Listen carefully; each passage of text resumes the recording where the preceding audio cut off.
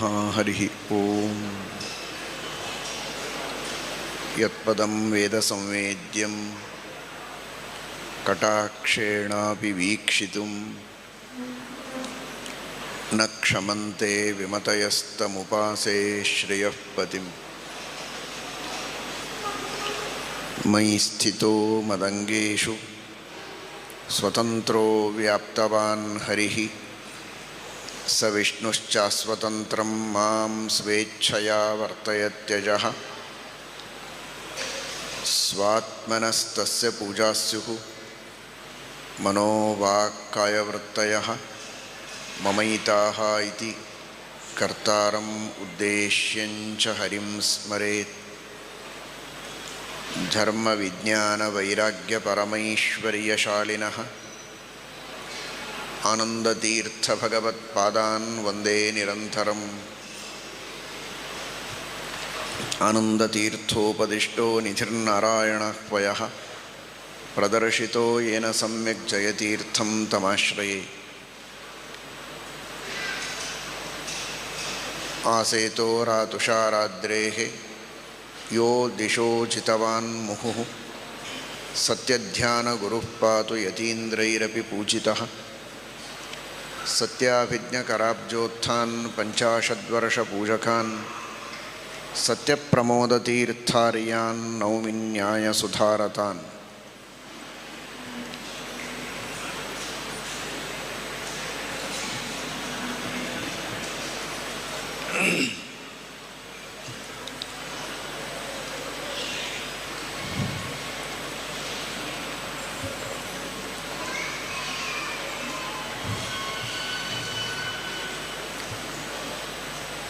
ಅಭಿನವ ಆನಂದತೀರ್ಥರೆಂದು ಪ್ರಸಿದ್ಧರಾದ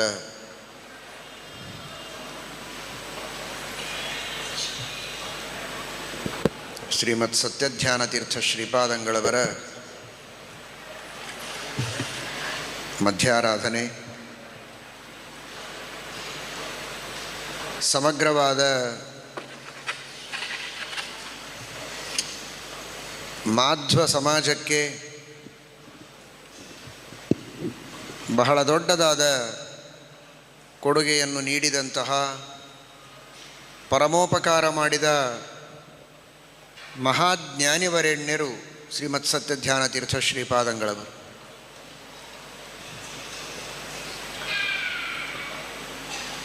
ವ್ಯಕ್ತಿ ತನ್ನ ಜೀವನದಲ್ಲಿ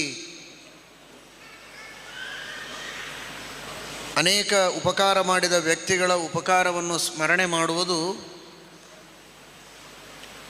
ಇದು ಅತ್ಯಂತ ಅವಶ್ಯಕ. ಹಣ, ಉದ್ಯೋಗ, ವೃತ್ತಿ, ನಾನಾ ರೀತಿಯ ಉಪಕಾರಗಳನ್ನು ಸಹಕಾರಗಳನ್ನು ಮಾಡಿದ ವ್ಯಕ್ತಿಗಳ ಉಪಕಾರದ ಸ್ಮರಣೆಯನ್ನು ಮಾಡುವುದು ಅವಶ್ಯಕ. ಆದರೆ ಎಲ್ಲದಕ್ಕಿಂತಲೂ ವಿಶೇಷವಾಗಿ ನಿತ್ಯದಲ್ಲಿಯೂ ಸ್ಮರಣೆ ಮಾಡಲೇಬೇಕಾದದ್ದು ಜ್ಞಾನವನ್ನು ಕೊಟ್ಟಂತಹ ಗುರುಗಳನ್ನು. ಊಟ ಜೀರ್ಣ ಆಗುವವರೆಗೆ ಇರುತ್ತೆ. ಈ ಜನ್ಮ ಇರುವವರೆಗೆ ದೇಹ ಕೊಟ್ಟ ತಂದೆ ತಾಯಿಗಳ ಉಪಕಾರ ಈ ಜನ್ಮ ಇರುವವರೆಗೆ.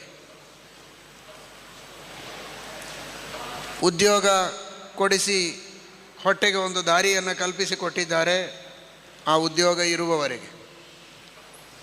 ಆದರೆ ಜ್ಞಾನದ ಉಪಕಾರ ಅಷ್ಟು ಸಣ್ಣದಲ್ಲ. ಜ್ಞಾನ ಇದು ನಮಗೆ ಕ್ರಮವಾಗಿ ಮೋಕ್ಷಕ್ಕೆ ಸಾಧನ ಮಾಡಿತು.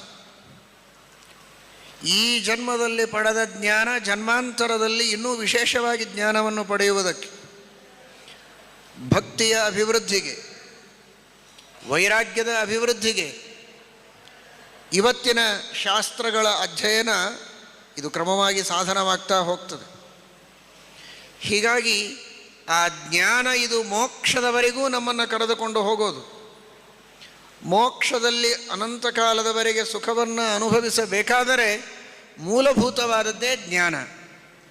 ಆ ಭಗವಂತನ ಅಪರೋಕ್ಷ ಜ್ಞಾನ ಸಾಕ್ಷಾತ್ಕಾರವಾಗಬೇಕಾದರೆ ಶಾಸ್ತ್ರಗಳ ಅಧ್ಯಯನದಿಂದ ಪಡೆದ ಈ ಪರೋಕ್ಷ ಜ್ಞಾನ ಇದು ಅದಕ್ಕೆ ಸಾಧನವಾಗತ್ತೆ. ಅಂತಹ ಮೋಕ್ಷ ಮಾರ್ಗವನ್ನು ತೋರಿದ, ಶಾಸ್ತ್ರಗಳ ಉಪದೇಶವನ್ನು ಮಾಡಿದ ಗುರುಗಳು, ಅಂತಹ ಗುರುಗಳಿಗೆ ಜ್ಞಾನವನ್ನು ನೀಡಿದ ಪರಮಗುರುಗಳು, ಆ ಗುರು ಪರಂಪರೆ, ಸಂಪ್ರದಾಯ ಪ್ರವರ್ತಕರು, ಅವರ ಉಪಕಾರ ಇದು ಎಂದಿಗೂ ಮರೆಯಲಾರದ್ದು, ಮರೆಯಬಾರದು. ಮರೆತರೆ ನಮಗೆ ಶ್ರೇಯಸ್ಸಿಲ್ಲ. ಜಪ ಮಾಡುವಾಗಲೂ ಮಂತ್ರವನ್ನು ಉಪದೇಶ ಮಾಡಿದ ಗುರುಗಳು, ಅವರ ಗುರುಗಳು, ಮೂಲ ಗುರುಗಳು ಎಲ್ಲರನ್ನೂ ಸ್ಮರಣೆ ಮಾಡಿ ಮಂತ್ರದ ಜಪವನ್ನು ಮಾಡಬೇಕು ಅಂತ ಹೇಳಿದ್ದಾರೆ. ಸ್ಮೃತ್ವ ಗುರುಂ ಪೂರ್ವಗುರುಂ, ಆ ಎಲ್ಲ ಗುರುಗಳ ಸ್ಮರಣೆಯನ್ನು ಮಾಡಿ ಜಪ ಮಾಡಿದರೇನೇ ಆ ಮಂತ್ರದ ಸಿದ್ಧಿ. ಎಲ್ಲ ಗುರುಗಳ ಸ್ಮರಣೆಯನ್ನು ಮಾಡಿ ಶಾಸ್ತ್ರಗಳ ಅಧ್ಯಯನ ಮಾಡಿದರೇನೇ ಆ ಶಾಸ್ತ್ರದಿಂದ ಪಡೆಯಬಹುದಾದ ನಿಜವಾದ ಪ್ರಯೋಜನವನ್ನು ನಾವು ಪಡೆಯೋದಕ್ಕೆ ಸಾಧ್ಯ. ಈ ದೃಷ್ಟಿಯಲ್ಲಿ ನಾವು ಆಲೋಚನೆ ಮಾಡಿದರೆ ಇವತ್ತು ಪ್ರಾಯ ಮಾಧ್ವ ಸಮಾಜದೊಳಗಿರುವಂತಹ ಅನೇಕ ಜ್ಞಾನದ ಪರಂಪರೆಗಳಿಗೆ ಪ್ರವರ್ತಕರಾಗಿ ವಿಶಿಷ್ಟವಾದ ಸ್ಥಾನವನ್ನು ಅಲಂಕರಿಸಿದ ಮಹಾನುಭಾವರು ಅಂತಂದರೆ ಶ್ರೀಮತ್ ಸತ್ಯಧ್ಯಾನ ತೀರ್ಥ ಶ್ರೀಪಾದಂಗಳು. ಹೀಗಾಗಿ ಮಂತ್ರದ ಜಪ ಮಾಡುವಾಗ ಸರಿ, ಶಾಸ್ತ್ರಗಳ ಅಧ್ಯಯನ ಮಾಡುವಾಗಲೂ ಸರಿ, ಪ್ರವಚನ ಮಾಡುವಾಗ, ಪಾಠ ಹೇಳುವಾಗ ಸತ್ಯಧ್ಯಾನ ತೀರ್ಥ ಶ್ರೀಪಾದಂಗಳವರ ಸ್ಮರಣೆಯನ್ನು ಹೇಳುವವರು, ಕೇಳುವವರು ಎಲ್ಲ ಸಜ್ಜನರು ಮಾಡಬೇಕಾದಂತಹ ಅಗತ್ಯ ಇದೆ. ಮಾಡಿದರೆ ಮಹಾಶ್ರೇಯಸ್ಸಿದೆ. ಅಂತಹ ದೊಡ್ಡ ಕಾರ್ಯವನ್ನು ಮಾಡಿದ ಮಹಾವಿಭೂತಿ ಪುರುಷರು ಶ್ರೀಮತ್ ಸತ್ಯಧ್ಯಾನ ತೀರ್ಥ ಶ್ರೀಪಾದಂಗಳವರು.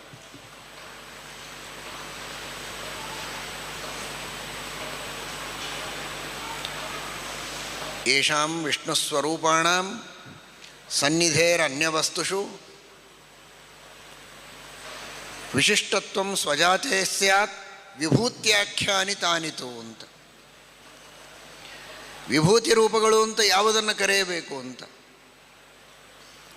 ಯೇಷಾಂ ವಿಷ್ಣುಸ್ವರೂಪಾಣಾಂ ಸನ್ನಿಧೇರನ್ಯವಸ್ತುಷು, ಭಗವಂತನ ವಿಶೇಷವಾದ ಸನ್ನಿಧಾನ ಯಾರಲ್ಲಿ ಇರೋ ಕಾರಣ ಅವರಲ್ಲಿ ಒಂದು ವೈಶಿಷ್ಟ್ಯ ಬರುತ್ತೆ, ವಿಶಿಷ್ಟವಾದ ಕಾರ್ಯ ಅವರಿಂದ ಆಗತ್ತೆ. ಅಲ್ಲಿ ಭಗವಂತನ ವಿಭೂತಿ ರೂಪ ಇದೆ ಅಂತ ಅರ್ಥ. ಆ ಭಗವಂತನ ರೂಪಕ್ಕೇನೆ ವಿಭೂತಿ ರೂಪ ಅಂತ ಹೆಸರು. ಶ್ರೀಮತ್ ಸತ್ಯಧ್ಯಾನ ತೀರ್ಥ ಶ್ರೀಪಾದಂಗಳವರಲ್ಲಿ ಭಗವಂತನ ವಿಶಿಷ್ಟವಾದಂತಹ ಸನ್ನಿಧಾನ ವಿಭೂತಿ ರೂಪ ಇತ್ತು ಅನ್ನುವುದರೊಳಗೆ ಯಾವ ಸಂಶಯವೂ ಇಲ್ಲ. ಅಂತಹ ವಿಶಿಷ್ಟವಾದ ಕಾರ್ಯವನ್ನು ಅವರು ಮಾಡಿ ತೋರಿಸಿದ್ದಾರೆ. ಇವತ್ತು ನಾವೆಲ್ಲ ಅನೇಕ ಜ್ಞಾನದ ಪರಂಪರೆಗಳನ್ನು ಕಾಣುತ್ತೇವೆ. ಇಲ್ಲಿ ವಿದ್ಯಾಪೀಠದಲ್ಲಿ ಅನೇಕ ವಿದ್ಯಾರ್ಥಿಗಳು ಅಧ್ಯಯನವನ್ನು ಮಾಡ್ತಾ ಇದ್ದಾರೆ. ನಮ್ಮ ಗುರುಗಳು ಜಯತೀರ್ಥ ವಿದ್ಯಾಪೀಠದ ಸ್ಥಾಪನೆಯನ್ನು ಮಾಡಿದ್ದಾರೆ. ನೂರಾರು ಜನ ವಿದ್ಯಾರ್ಥಿಗಳು ಅಧ್ಯಯನ ಮಾಡ್ತಾ ಇದ್ದಾರೆ. ನೂರಾರು ಜನ ವಿದ್ವಾಂಸರಾಗಿ ಪಾಠ ಪ್ರವಚನಗಳನ್ನು ಅಲ್ಲಲ್ಲಿ ಮಾಡ್ತಾ ಶ್ರೀಮದಾಚಾರ್ಯರ ಸೇವೆಯನ್ನು ಮಾಡ್ತಾ ಇದ್ದಾರೆ. ಯಾವ ವಿದ್ಯಾಪೀಠದಲ್ಲಿ, ಯಾವ ಸ್ಥಳದಲ್ಲಿ ಕುಳಿತು ನಾವು ಈಗ ಸತ್ಯಧ್ಯಾನ ತೀರ್ಥರ ಸ್ಮರಣೆಯನ್ನು ಮಾಡ್ತಾ ಇದ್ದೇವೆ, ಈ ಸ್ಥಳವು ಶ್ರೀಮತ್ ಸತ್ಯಧ್ಯಾನ ತೀರ್ಥ ಶ್ರೀಪಾದಂಗಳವರೇ ನೀಡಿದ ಸ್ಥಳ. ಸತ್ಯಧ್ಯಾನ ತೀರ್ಥ ಶ್ರೀಪಾದಂಗಳವರ ಒಂದು ವಿಶಿಷ್ಟ ಕಾರ್ಯಕ್ಷೇತ್ರ ಇದು. ಆ ಕಾರಣಕ್ಕಾಗಿಯೇ ಈ ಬಾರಿ ಭಗವಂತನ ಪ್ರೇರಣೆಯಂತೆ ಇಲ್ಲಿ ಸತ್ಯಧ್ಯಾನ ತೀರ್ಥರ ವಿಶೇಷ ಸ್ಮರಣೆಯನ್ನು ಮಾಡುವ ಯೋಗ ನಮಗೆ ಬಂದಿದೆ. ಮೈಸೂರು ಮಹಾರಾಜರು ಎಲ್ಲ ಮತಸ್ಥರಿಗೂ ತ್ರಿಮತಸ್ಥರಿಗೂ ಕೂಡ ವಿಶೇಷವಾಗಿ ಅವರವರ ಧರ್ಮದ ಒಂದು ಕಾರ್ಯಗಳನ್ನು ಮಾಡುವುದಕ್ಕೆ ಕೇಂದ್ರವನ್ನು ಮಾಡಿಕೊಂಡು ಪಾಠ ಪ್ರವಚನಾದಿಗಳು ಧರ್ಮ ಕಾರ್ಯಗಳು ನಡೆಯಬೇಕು ಅನ್ನುವುದಕ್ಕೆ ತ್ರಿಮತಸ್ಥರಿಗೂ ಸ್ಥಳವನ್ನು ಕೊಟ್ಟಿದ್ದಾರೆ. ನಿಮಗೆ ಗೊತ್ತು, ಮೂರೂ ಮತದವರಿಗೂ ಈ ಸುತ್ತಲೂ ಸ್ಥಾನವನ್ನು ಕೊಟ್ಟಿದ್ದಾರೆ. ಸತ್ಯಧ್ಯಾನ ತೀರ್ಥ ಶ್ರೀಪಾದಂಗಳವರಿಗೂ ಕೂಡ ಆ ಕಾಲದಲ್ಲಿ ಮಹಾರಾಜರು, ಮೈಸೂರಿನ ಮಹಾರಾಜರು ಈ ಒಂದು ದೊಡ್ಡದಾದ ನಿವೇಶನವನ್ನು ದಾನವಾಗಿ ಕೊಡ್ತೇವೆ ಅಂತ ಅವರು ಮುಂದೆ ಬಂದದ್ದು. ಸತ್ಯಧ್ಯಾನ ತೀರ್ಥ ಶ್ರೀಪಾದಂಗಳವರು ನಾವು ದಾನ ತೆಗೆದುಕೊಳ್ಳೋದಿಲ್ಲ, ಇದನ್ನು ಖರೀದಿಗೆ ತೆಗೆದುಕೊಳ್ಳುತ್ತೇವೆ ಅಂತ ಹೇಳಿ ಈ ಸಂಪೂರ್ಣವಾದ ನಿವೇಶನವನ್ನು ಸತ್ಯಧ್ಯಾನ ತೀರ್ಥ ಶ್ರೀಪಾದಂಗಳವರು ಖರೀದಿಗೆ ತೆಗೆದುಕೊಂಡು ಮುಂದೆ ನಿರಂತರವಾದ ಪಾಠ ಪ್ರವಚನಾದಿ ಕಾರ್ಯಗಳು ಇಲ್ಲಿ ನಡೆಯಬೇಕು ಅಂತ ಸಂಕಲ್ಪ ಮಾಡಿ ಆಗಿನ ಕಾಲದಲ್ಲಿ ಇಲ್ಲಿ ಸನ್ನಿಹಿತವಾದ ಮುಖ್ಯ ಪ್ರಾಣದೇವರನ್ನು ನೀವು ನೋಡ್ತಾ ಇದ್ದೀರಿ. ಮುಖ್ಯ ಪ್ರಾಣದೇವರ ಪ್ರತಿಷ್ಠಾಪನೆಯನ್ನು ಮಾಡಿ ವಿಶೇಷವಾಗಿ ಇಲ್ಲಿ ಅವರು ತಮ್ಮದೇ ಆದಂತಹ ಒಂದು ತಪಸ್ಸಿನಿಂದ ಮಂತ್ರಾಕ್ಷತೆಯನ್ನು ಹಾಕಿ ಶ್ರೀಮಠದ ಪ್ರತಿಷ್ಠಾಪನೆಯನ್ನು, ಹಳೆ ಮಠವನ್ನು ನೀವು ನೋಡಿದ್ದೀರಿ.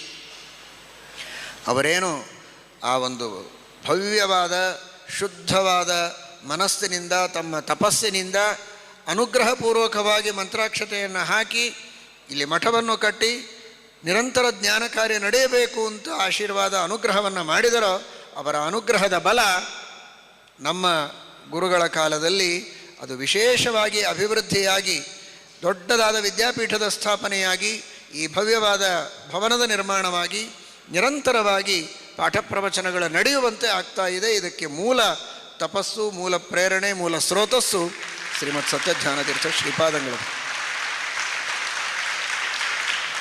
ಕೇವಲ ಸ್ಥಳವನ್ನು, ನಿವೇಶನವನ್ನು ಖರೀದಿ ಮಾಡಿ ಒಂದು ಮಠವನ್ನು ಕಟ್ಟಿ ಮುಖ್ಯ ಪ್ರಾಣದೇವರ ಪ್ರತಿಷ್ಠಾಪನೆ ಮಾಡುವುದು ಮಾತ್ರ ಅಲ್ಲ, ಪಾಠ ಪ್ರವಚನ ನಡೆಯುವುದಕ್ಕೆ ಮುಖ್ಯವಾಗಿ ಬೇಕಾದದ್ದು ಪರಂಪರೆ, ತತ್ವಜ್ಞಾನದ ಉಪದೇಶ.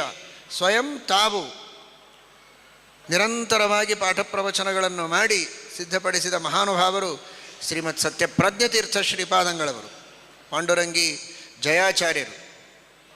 ಆ ಪಾಂಡುರಂಗಿ ಜಯಾಚಾರ್ಯರು ಆಮೇಲೆ ಆಶ್ರಮವಾದ ಮೇಲೆ ಅವರೇ ಸತ್ಯಪ್ರಜ್ಞ ತೀರ್ಥ ಶ್ರೀಪಾದಂಗಳವರು ಸತ್ಯಧ್ಯಾನ ತೀರ್ಥರ ಶಿಷ್ಯರು.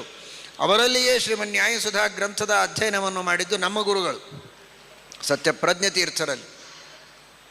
ನಿರಂತರವಾಗಿ ಪಾಠ ಪ್ರವಚನವನ್ನು ಮಾಡುವ ಮಹಾದೀಕ್ಷೆ ಸತ್ಯಧ್ಯಾನ ತೀರ್ಥ ಶ್ರೀಪಾದಂಗಳವರಲ್ಲಿ ಅಧ್ಯಯನ ಮಾಡಿದಂತಹ ವಿದ್ವಾಂಸರಿಗೆ ಕೇವಲ ವಿದ್ಯೆಯನ್ನು ಮಾತ್ರ ಅವರು ಕೊಡ್ತಾ ಇರಲಿಲ್ಲ, ಆ ವಿದ್ಯೆಯನ್ನು ಇನ್ನೊಬ್ಬರಿಗೆ ನೀಡುವ, ಪಾಠ ಪ್ರವಚನಗಳನ್ನು ಮಾಡುವಂತಹ ಒಂದು ದೀಕ್ಷೆಯನ್ನು ಅವರಲ್ಲಿ ಹುಟ್ಟಿಸಿ ಆ ನಂತರ ಅವರನ್ನು ಮನೆಗೆ ಕಳಿಸ್ತಾ ಇತ್ತು. ಓದಿ ಸುಮ್ಮನೆ ಮನೆಯಲ್ಲಿ ಕೂಡುವುದಲ್ಲ, ನಿಮ್ಮಂಥ ಇನ್ನು 10 ಜನರನ್ನು 100 ಜನರನ್ನು ವಿದ್ವಾಂಸರನ್ನಾಗಿ ಮಾಡಬೇಕು, ಪಾಠ ಪ್ರವಚನ ಮಾಡಬೇಕು, ಅದಕ್ಕಾಗಿ ಜೀವನವನ್ನು ಮೀಸಲಿಡಬೇಕು ಅನ್ನುವ ದೀಕ್ಷೆಯನ್ನು ಹುಟ್ಟಿಸಿ ಕಳಿಸುವುದು ಸತ್ಯಧ್ಯಾನ ತೀರ್ಥ ಶ್ರೀಪಾದಂಗಳವರ ಒಂದು ವಿಶಿಷ್ಟವಾದಂತಹ ಗುಣ. ಹಾಗೆ ಸ್ವಯಂ ತಮ್ಮಲ್ಲಿ ಅಧ್ಯಯನ ಮಾಡಿ ವಿಶೇಷವಾಗಿ ಪ್ರೀತಿಪಾತ್ರರಾದ ಆ ಪಾಂಡುರಂಗಿ ಜಯಾಚಾರ್ಯರಿಗೆ ಪಾಠವನ್ನು ಹೇಳುವುದು ಮಾತ್ರ ಅಲ್ಲದೆ ಪಾಠ ಪ್ರವಚನದ ದೀಕ್ಷೆಯನ್ನು ಧಾರೆ ಎರೆದಿತ್ತು. ಪ್ರಾವೋಚದ್ ಯೋಧಿಕಂ ನ್ಯಾಯಸುಧಾ ವಾಕ್ಯಾರ್ಥ ಚಂದ್ರಿಕಾಂ ಸತ್ಯಪ್ರಜ್ಞ ಗುರುರ್ದದ್ಯಾತ್ ಪ್ರಜ್ಞಾಂ ವೈದಾಂತಿಕೀಂ ಸದಾ ಅಂತ. ಅಷ್ಟು ಭಾರೀ ಪಾಠ ಪ್ರವಚನದ ದೀಕ್ಷೆ ಅವರಿಗೆ. ಎಷ್ಟರ ಮಟ್ಟಿಗೆ ಪಾಠ ಪ್ರವಚನದ ದೀಕ್ಷೆ ಅಂದರೆ, ಊಟವಾದ ಮೇಲೆ ಸಾಮಾನ್ಯವಾಗಿ ಮಧ್ಯಾಹ್ನ ಬಿಸಿಲು. ತಿರುಚಾನೂರಲ್ಲಿ ಬಹಳ ವರ್ಷ ಸತ್ಯಧ್ಯಾನ ತೀರ್ಥ ಶ್ರೀಪಾದಂಗಳವರಿದ್ದರು. ಆಗ ಇವರಿನ್ನೂ ಪೂರ್ವಾಶ್ರಮ ಪಾಂಡುರಂಗಿ ಜಯಾಚಾರ್ಯರು.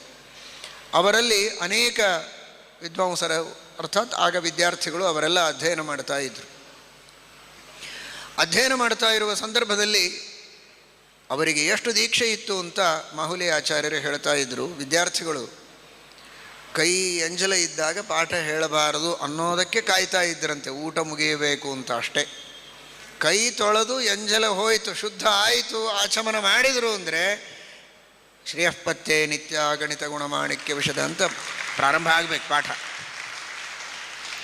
ವಾಕ್ಯಾರ್ಥ ಚಂದ್ರಿಕಾ ಸಮೇತವಾಗಿ ಸುಧಾಗ್ರಂಥದ ಪಾಠ ಹೇಳಬೇಕು. ವಿದ್ಯಾರ್ಥಿಗಳೆಲ್ಲ ಸ್ವಲ್ಪ ಬಿಸಿಲು ಬಹಳ ಇದೈತೆ. ತಿರುಚಾನೂರು ತಿರುಪತಿ ಬಿಸಿಲು ನಿಮಗೆಲ್ಲ ಗೊತ್ತು, ಭಾರೀ ಬಿಸಿಲು. ಒಂದು ಸ್ವಲ್ಪ ವಿಶ್ರಾಂತಿ ಪಡೆದು ಬರ್ತೇವೆ, ಅದೆಲ್ಲ ಅವಕಾಶನೇ ಕೊಡ್ತಿರಲಿಲ್ಲ.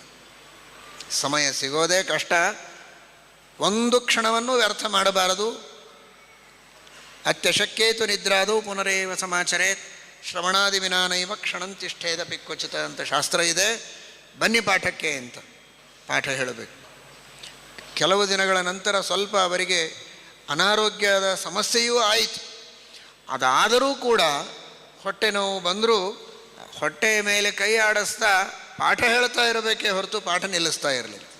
ಅನಾರೋಗ್ಯವಾಗಿದೆ ಅಂತ ಎಂದಿಗೂ ಪಾಠ ನಿಲ್ಲಿಸದೆ ಬರಲ್ಲ. ಈ ತರಹದ ಪಾಠದ ದೀಕ್ಷೆಯನ್ನು ಅವರಲ್ಲಿ ಹುಟ್ಟಿಸಿ ಅವರ ಮೂಲಕ ಪಾಠ ಪ್ರವಚನವನ್ನು ಮುಂದೆ ಪ್ರವರ್ತನ ಮಾಡಿದ ಮಹಾನುಭಾವರು ಶ್ರೀಮತ್ ಸತ್ಯಜ್ಞಾನತೀರ್ಥ ಶ್ರೀಪಾದಂಗಳವರು. ಅದರಂತೆ ಅವರ ಸತ್ಯಪ್ರಜ್ಞತೀರ್ಥರ ಪೂರ್ವಾಶ್ರಮದ ಅಣ್ಣಂದಿರು ಪಾಂಡುರಂಗಿ ಕೃಷ್ಣಾಚಾರ್ಯರು ಅಂತ, ಅವರು ಅಂತಹ ಮಹಾವಿದ್ವಾಂಸರು. ಮುಖೋದ್ಗತವಾಗಿ ಎಲ್ಲ ಶಾಸ್ತ್ರಗಳ ಪಾಠವನ್ನು ಮಠದಲ್ಲಿಯೇ ಇದ್ದು ವಿದ್ಯಾರ್ಥಿಗಳಿಗೆ ಹೇಳ್ತಾ ಇತ್ತು. ಪುಸ್ತಕ ತರ್ಕಶಾಸ್ತ್ರ, ವೇದಾಂತ ಎಲ್ಲ ಗ್ರಂಥಗಳನ್ನು ಮುಖೋದ್ಗತವಾಗಿ ಪಾಠ ಹೇಳಬೇಕು. ಅಚಲಾಸನ ಯೋಗ ಪಟ್ಟಿಕಾ ಅಂತ ವೇದವ್ಯಾಸದೇವರು ಕುಳಿತ ಭಂಗಿಯನ್ನು ನೀವು ನೋಡಿರ್ತೀರಿ ಚಿತ್ರದಲ್ಲಿ. ಹಾಗೆ ಅವರು ಕೂಡಬೇಕು, ಹೀಗೆ ಟೊಂಕಕ್ಕೆ ಕಟ್ಟಿಕೊಂಡು, ಪುಸ್ತಕ ಇಲ್ಲ ಎದುರಿಗೆ, ಟೊಂಕಕ್ಕೆ ಕಟ್ಟಿ ಕುಳಿತರೆ ಮುಖೋದ್ಗತವಾಗಿ ಪಂಚಲಕ್ಷಣಿಯಿಂದ ಪ್ರಾರಂಭ ಮಾಡಿದರೆ ಬಾಧಾಂತ ನ್ಯಾಯ ಸಂಪೂರ್ಣ ಮುಖೋದ್ಗತವಾಗಿ ಪಾಠ ಹೇಳಬೇಕು. ವೇದಾಂತ ಶಾಸ್ತ್ರಗಳನ್ನು ಹಾಗೆ ಪಾಠವನ್ನು ಹೇಳುವ ಪಾಂಡುರಂಗಿ ಕೃಷ್ಣಾಚಾರ್ಯರು, ವರಖೇಡಿ ನರಸಿಂಹಾಚಾರ್ಯರು ಅಂತ ಭಾರೀ ವಿದ್ವಾಂಸರು. ಇವರೆಲ್ಲ ಮುಖೋದ್ಗತವಾಗಿ ಪಾಠ ಹೇಳುವಂತಹ ವ್ಯಕ್ತಿಗಳು. ನೂರಾರು ಜನರಿಗೆ ತರ್ಕ ವೇದಾಂತಾದಿ ಶಾಸ್ತ್ರಗಳ ಪಾಠವನ್ನು ಹೇಳಿದ್ದಾರೆ. ವರಖೇಡಿ ಪ್ರದ್ಯುಮ್ನಾಚಾರ್ಯರು ಅಂತ ಸತ್ಯಜ್ಞಾನತೀರ್ಥರಲ್ಲಿ ಅಧ್ಯಯನವನ್ನು ಪ್ರಾರಂಭ ಮಾಡಿದವರು, ಸತ್ಯಜ್ಞಾನತೀರ್ಥರಲ್ಲಿಯೂ ಅಧ್ಯಯನ ಮಾಡಿದವರು ವರಖೇಡಿ ಪ್ರದ್ಯುಮ್ನಾಚಾರ್ಯರು ಅಂತ. ಮಳಗಿ ವೇದವ್ಯಾಸಾಚಾರ್ಯರು. ಹೀಗೆ ಒಬ್ಬರೇ ಇಬ್ಬರೇ ಅನೇಕ ಜನ. ಆ ಎಲ್ಲ ವಿದ್ವಾಂಸರಿಗೆ ಪಾಠವನ್ನು ಹೇಳಿ ಅವರ ಮೂಲಕ ಮುಂದೆ ನಿರಂತರವಾಗಿ ಪಾಠ ಪ್ರವಚನಗಳ ಪರಂಪರೆ ಮುಂದುವರಿಯುವಂತೆ ಮಾಡಿದ ಮಹಾಕೀರ್ತಿ ಸತ್ಯಜ್ಞಾನತೀರ್ಥ ಶ್ರೀಪಾದಂಗಳವರಿಗೆ ಇದೆ. ಸತ್ಯಪ್ರಜ್ಞತೀರ್ಥರಲ್ಲಿ ನಮ್ಮ ಗುರುಗಳು ಅಧ್ಯಯನ ಮಾಡಿದರು, ಸತ್ಯಾಭಿಜ್ಞತೀರ್ಥರಲ್ಲಿಯೂ ಅಧ್ಯಯನ ಮಾಡಿದರು. ನಮ್ಮ ಗುರುಗಳ ಶಿಷ್ಯರ ಪರಂಪರೆಯೇ ಇವತ್ತು ಈ ಜಯತೀರ್ಥ ವಿದ್ಯಾಪೀಠದಲ್ಲಿ ನೀವು ಕಾಣ್ತಾ ಇದ್ದೀರಿ. ಕೂಸ್ನೂರ ಆಚಾರ್ಯರವರು ಅನೇಕ ವಿದ್ವಾಂಸರು ಗುರುಗಳಲ್ಲಿ ಅಧ್ಯಯನ ಮಾಡಿದವರು ಇವತ್ತು ಅಲ್ಲಲ್ಲಿ ಪಾಠ ಪ್ರವಚನಗಳನ್ನು ಮಾಡ್ತಾ ಇದ್ದಾರೆ. ಜಯತೀರ್ಥ ವಿದ್ಯಾಪೀಠದಲ್ಲಿ ಪಾಠ ಪ್ರವಚನವನ್ನು ಮಾಡ್ತಾ ಇರುವ ವಿದ್ವಾಂಸರು ಗುರುಗಳಲ್ಲಿ ಅಧ್ಯಯನ ಮಾಡಿದ್ದು, ಅವರ ಶಿಷ್ಯರಲ್ಲಿ ಅಧ್ಯಯನ ಮಾಡಿದವರು ಶಿಷ್ಯರು ಅಥವಾ ಪ್ರಶಿಷ್ಯರು, ಪ್ರಶಿಷ್ಯರ ಶಿಷ್ಯರು, ಅದೇ ಪರಂಪರೆ. ಈ ರೀತಿ ಜ್ಞಾನದ ಪರಂಪರೆಯನ್ನು ಹರಿಸಿದ ಆ ಮಹಾನುಭಾವರ ಸ್ಮರಣೆಯನ್ನು ಇಲ್ಲಿರುವಂತಹ ಎಲ್ಲ ಪುಟ್ಟ ಪುಟ್ಟ ಮಕ್ಕಳು, ವಿದ್ಯಾರ್ಥಿಗಳು, ಹಿರಿಯರು, ವಿದ್ವಾಂಸರು, ಅಧ್ಯಾಪಕರು, ಪ್ರಾಧ್ಯಾಪಕರು ಎಲ್ಲರೂ ಕೂಡ ಸತ್ಯಜ್ಞಾನತೀರ್ಥ ಶ್ರೀಪಾದಂಗಳವರ ಈ ಉಪಕಾರವನ್ನು ಸ್ಮರಿಸಲೇಬೇಕು. ಅದರಿಂದ ಇನ್ನೂ ವಿಶೇಷವಾಗಿ ಜ್ಞಾನ ಸಾಧನೆಯನ್ನು ಮಾಡುವುದಕ್ಕೆ ಸಾಧ್ಯವಿದೆ. ಅಂತಹ ಮಹಾನುಭಾವರು ಸತ್ಯಜ್ಞಾನತೀರ್ಥ ಶ್ರೀಪಾದಂಗಳವರು. ಅದರಂತೆ ಮಾಹುಲಿ ಆಚಾರ್ಯರಿಗೆ, ಮಾಹುಲಿ ಗೋಪಾಲಾಚಾರ್ಯರು ಸತ್ಯಜ್ಞಾನತೀರ್ಥ ಶ್ರೀಪಾದಂಗಳವರಲ್ಲಿಯೇ ಅಧ್ಯಯನ ಮಾಡಿದರು. ಅವರಿಗೆ ವಿಶೇಷವಾಗಿ ಅನುಗ್ರಹವನ್ನು ಮಾಡಿ ಮಂತ್ರಾಕ್ಷತೆ ಕೊಟ್ಟು ಮುಂಬೈ ಮಹಾನಗರದಲ್ಲಿ ಪಾಠ ಪ್ರವಚನವನ್ನು ಮಾಡುವುದಕ್ಕೆ ಆದೇಶ ಮಾಡಿದರು. ಅಲ್ಲಿ ನಿರಂತರವಾಗಿ ಸತ್ಯಜ್ಞಾನತೀರ್ಥ ಶ್ರೀಪಾದಂಗಳವರು ಪೀಠದ ಮೇಲೆ ವಿರಾಜಮಾನರಾಗಿರುವಾಗಲೇ 1937ನೇ ಇಸ್ವಿಯಲ್ಲಿ ವಾಣಿ ವಿಹಾರ ವಿದ್ಯಾಲಯ ಅಂತ ಪ್ರಾರಂಭ ಮಾಡಿ ಸತ್ಯಜ್ಞಾನತೀರ್ಥ ಶ್ರೀಪಾದಂಗಳವರಿಗೆ ಸಂತೋಷವಾಗುವ ರೀತಿಯಲ್ಲಿ ಅಲ್ಲಿ ವಿದ್ಯಾಲಯದ ಪ್ರಾರಂಭ ಮಾಡಿದರು. ಮುಂದೆ ನಮ್ಮ ಗುರುಗಳ ಕಾಲದಲ್ಲಿ ಸತ್ಯಜ್ಞಾನ ವಿದ್ಯಾಪೀಠ ಅಂತ ಸತ್ಯಜ್ಞಾನತೀರ್ಥರು ವೃಂದಾವನಸ್ಥರಾದ ಮೇಲೆ ಅವರ ಹೆಸರಿನಲ್ಲಿಯೇ ವಿದ್ಯಾಪೀಠವನ್ನು ನಮ್ಮ ಗುರುಗಳು ಅಲ್ಲಿ ಸ್ಥಾಪನೆ ಮಾಡಿದ ಮೇಲೆ ನೂರಾರು ಜನ ವಿದ್ಯಾರ್ಥಿಗಳು ಈಗಲೂ ಅಧ್ಯಯನ ಮಾಡ್ತಾ ಇದ್ದಾರೆ. ನೂರಾರು ಜನ ವಿದ್ವಾಂಸರು ಈಗಾಗಲೇ ಸಿದ್ಧರಾಗಿ ಬೇರೆ ಬೇರೆ ಊರುಗಳಲ್ಲಿ ಪಾಠ ಪ್ರವಚನ ಮಾಡ್ತಾ ಅನೇಕ ಕಾರ್ಯಗಳನ್ನು, ಜ್ಞಾನ ಕಾರ್ಯಗಳನ್ನು, ಧರ್ಮ ಕಾರ್ಯಗಳನ್ನು ಮಾಡಿಸ್ತಾ ಇದ್ದಾರೆ. ಆ ಪರಂಪರೆಯ ಕಾರ್ಯ ಏನಾದರೂ ನಡೆದಿದ್ದರೆ, ಪಾಠ ಪ್ರವಚನ ಧರ್ಮ ಕಾರ್ಯಗಳು ಅಲ್ಲಲ್ಲಿ ನಡೆದಿದ್ದರೆ ಅದರ ಶ್ರೇಯಸ್ಸು ಶ್ರೀಮತ್ ಸತ್ಯಜ್ಞಾನತೀರ್ಥ ಶ್ರೀಪಾದಂಗಳವರಿಗೆ ಹೋಗಿದೆ. ಸತ್ಯಜ್ಞಾನತೀರ್ಥ ಶ್ರೀಪಾದಂಗಳವರ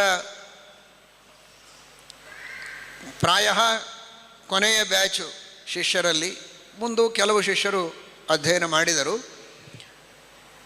ಆ ಬ್ಯಾಚಿನೊಳಗಿದ್ದವರು ನಮ್ಮ ಮಾಹುಲೇಯಾಚಾರ್ಯರು, ಮುಖ್ಯವಾಗಿ ಪ್ರಧಾನವಾಗಿ ವಿದ್ಯಾಮಾನ್ಯ ತೀರ್ಥ ಶ್ರೀಪಾದಂಗಳವರು, ಮಾಹುಲೇಯಾಚಾರ್ಯರು, ವಾಲ್ಕೊಂಡ ನರಸಿಂಹಾಚಾರ್ಯರು, ಇನ್ನೂ ಅನೇಕ ವಿದ್ವಾಂಸರು, ಇವರೆಲ್ಲ ಆಗ ಅಧ್ಯಯನ ಮಾಡಿದವರು. ಬಳ್ಳಾರಿಯಲ್ಲಿ ಸುಧಾಮಂಗಳ ಆದದ್ದು. ಬಳ್ಳಾರಿಯಲ್ಲಿ ಸುಧಾಮಂಗಳ ಆದರೆ ಸತ್ಯಜ್ಞಾನ ತೀರ್ಥ ಶ್ರೀಪಾದಂಗಳವರಿಗೆ ಅಷ್ಟು ಉತ್ಸಾಹ, ವೈಭವದ ಸುಧಾಮಂಗಳವನ್ನು ಮಾಡಿ, ಬೆನಗುಂಡೆಯವರು ಅಂತ ಬಹಳ ದೊಡ್ಡ ಫ್ಯಾಮಿಲಿ, ಅವರ ಮನೆಯಲ್ಲಿ ರಾಮದೇವರ ಪೂಜೆ, ಸುಧಾಮಂಗಲ ಎಲ್ಲ ಮಾಡಿ ಯಥೇಚ್ಛವಾದ ದಕ್ಷಿಣೆಯನ್ನು ಕೊಟ್ಟು ವಿದ್ಯಾಮಾನ್ಯ ತೀರ್ಥ ಶ್ರೀಪಾದಂಗಳವರಿಂದಲೂ ಸುಧಾಪಾಠವನ್ನು ಹೇಳಿಸಿ, ಅವರಿಂದಲೂ ಮಂಗಲ ಮಾಡಿಸಿ, ಅವರಿಂದ ಎಲ್ಲ ಪಂಡಿತರಿಗೆ ಆಗಿನ ಕಾಲದಲ್ಲಿ ವಿಶೇಷವಾಗಿ ದಕ್ಷಿಣೆಯನ್ನು ಕೊಡಿಸಿ, ಸುಧಾ ಪಾಠ ಹೇಳುವುದು ಮಾತ್ರ ಅಲ್ಲ, ಪಾಠ ಹೇಳಿಸಿ ಮಂಗಳ ಮಾಡಿಸಿ ಅವರನ್ನು ಕೊಟ್ಟು ಕಳಿಸಿದ್ದಾರೆ. ಅಷ್ಟು ವಿದ್ಯಾಮಾನ್ಯ ತೀರ್ಥರ ಮೇಲೆ ವಿಶೇಷವಾದಂತಹ ಅಭಿಮಾನ. ವಿದ್ಯಾಮಾನ್ಯ ತೀರ್ಥ ಶ್ರೀಪಾದಂಗಳವರು ಹಾಗೂ ಎಲ್ಲ ವಿದ್ಯಾರ್ಥಿಗಳು ಅಧ್ಯಯನಕ್ಕೋಸ್ಕರ ಅಂತ ತಿರುಚಾನೂರಿನಲ್ಲಿ ನೋಡಿದ ಅನೇಕ ಸಜ್ಜನರಿಗೆ ಗೊತ್ತು. ಅಲ್ಲಿ ಒಂದು ಶ್ರೀಮಠದ ಸತ್ಯಜ್ಞಾನ ತೀರ್ಥರೇ ಸ್ಥಾಪನೆ ಮಾಡಿದ ಪ್ರಾಣದೇವರಿರುವಂತಹ ಒಂದು ಮಠ ಇದೆ, ಚಿಕ್ಕದು. ಅಲ್ಲಿಯೇ ಸತ್ಯಜ್ಞಾನ ತೀರ್ಥರು ಪಾಠ ಪ್ರವಚನಗಳನ್ನು ಮಾಡಬೇಕು. ಬೆಳಗ್ಗೆ 4 ಗಂಟೆಗೆ ಪ್ರಾರಂಭ ಆದರೆ 9 ಗಂಟೆಯವರೆಗೆ ಪಾಠ ಹೇಳಬೇಕು ಸತ್ಯಜ್ಞಾನ ತೀರ್ಥ ಶ್ರೀಪಾದಂಗಳವರು.